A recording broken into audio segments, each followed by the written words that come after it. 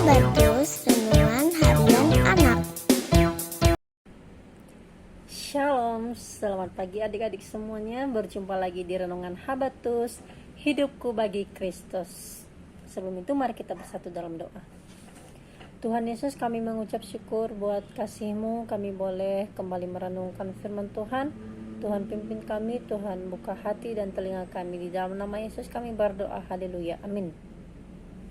Nah, adik-adik, pada pagi hari ini kita akan merenungkan firman Tuhan dari 1 Timotius pasal 2 ayat 8 sampai 15. Dan di sini Kakak Syukur akan memberikan tema bagi kita, hidup menyenangkan hati Tuhan.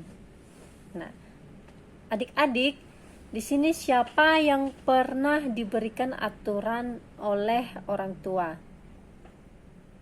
Tentunya semuanya pasti pernah ya. Orang tua memberikan nasihat, memberikan peraturan ya di dalam rumah ya. Misalnya kalau lewat depan orang harus berkata permisi ya. Kita harus berkata sopan kepada siapapun, dan juga aturan-aturan yang berlaku di dalam rumah ya, misalnya tidurnya harus misalnya jam 9, jam 10 ya. Dan juga main HP tidak boleh lebih 2 jam. Atau kalau pulang sekolah, nah, adik-adik harus membantu orang tua. Tapi terkadang kita berpikir ya, kenapa sih harus ada aturan? Tanpa kita sadari ya adik-adik, aturan itu juga berguna bagi kita, agar kita itu bisa menjadi anak yang baik dan juga bisa hidup dengan benar. Kalau tanpa aturan, kita bisa hidup dengan seenaknya saja. Ya. Di sini Rasul Paulus memberikan nasihat bagi kita semua, bagaimana seharusnya kita hidup sebagai orang percaya.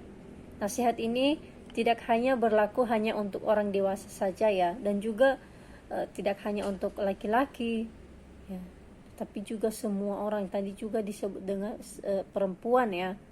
Nah, adik-adik semuanya, Paulus mengajarkan atau memberikan nasihat kepada kita bahwa kita semua ya, anak-anak juga harus belajar bagaimana menghormati Tuhan dan juga sesama. Ayat 8 memberikan ajaran bagi kita bahwa ketika kita datang kepada Tuhan, kita harus datang dengan hati yang bersih dan baik ya.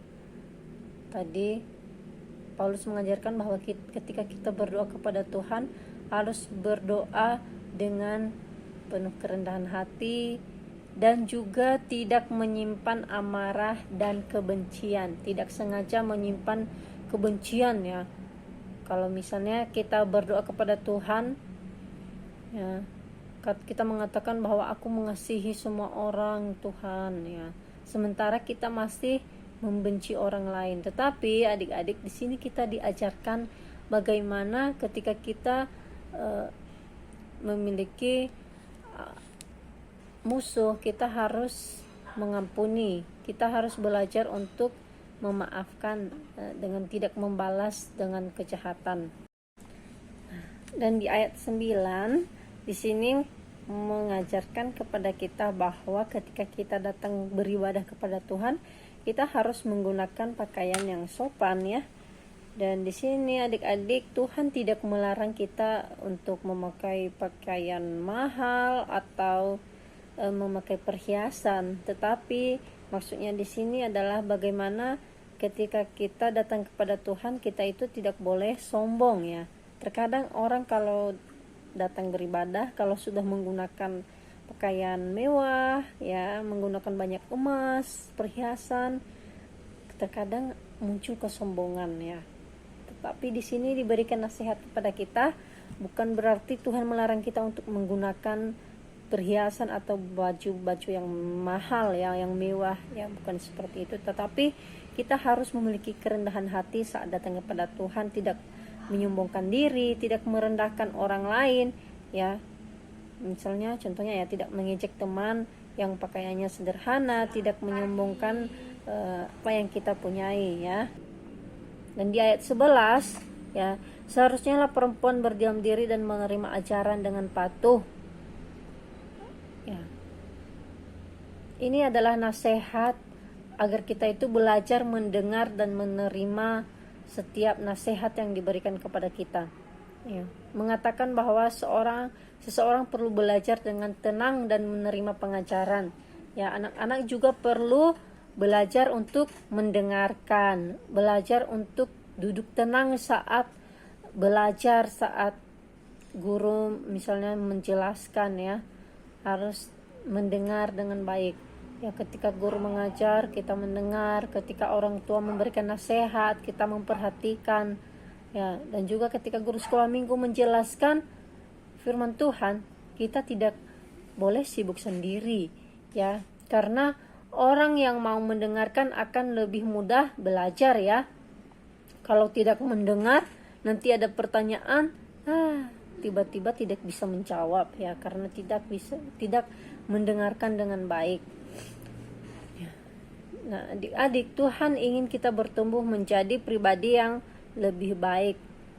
Nah, di akhir ayat Rasul Paulus memberikan contoh ya, bagaimana orang yang tidak taat kepada Tuhan, yaitu contohnya manusia pertama yang jatuh di dalam dosa ya, Adam dan Hawa. Mereka jatuh ke dalam dosa itu karena mereka tidak taat. Oleh sebab itu Rasul Paulus mengajarkan kepada kita, memberikan kepada kita nasihat supaya kita itu hidup ya, dalam iman dan kasih, ketaatan, dan juga menjaga kekudusan hidup. Yang artinya kehidupan kita harus semakin menunjukkan bahwa kita itu adalah anak-anak Tuhan. Nah, kalau misalnya dulu kita pernah berbohong, sekarang belajar untuk berkata jujur. Kalau dulu kita suka bertengkar, sekarang belajar untuk berdamai. Ya, kalau misalnya dulu kita tidak mau berbagi, sekarang mau berbagi. Ya, itulah pertumbuhan sebagai anak Tuhan ya, kelihatan. Jadi ketika kita belajar firman Tuhan, ketika kita berdoa, mendengarkan nasihat, mengasihi teman, dan melakukan kebaikan, ya di situ iman kita sedang bertumbuh. Ya, Tuhan tidak meminta kita langsung menjadi sempurna ya, tetapi Tuhan mau kita agar terus belajar dan bertumbuh setiap harinya. Demikian saja firman Tuhan pada pagi hari ini. Tuhan Yesus memberkati. Mari kita berdoa. Tuhan, terima kasih buat firman-Mu pada pagi hari ini Tuhan, yang mengingatkan kami agar kami bisa belajar untuk hidup sesuai dengan yang Engkau mau Tuhan. Ampuni segala dosa kesalahan kami, baik yang kami sengaja maupun yang tidak kami sengaja Tuhan, dan kami menyerahkan waktu kami selanjutnya ke dalam tangan-Mu. Haleluya, amin. Ya, sampai berjumpa kembali adik-adik. Tuhan Yesus memberkati. Habatus Renungan Harian Anak.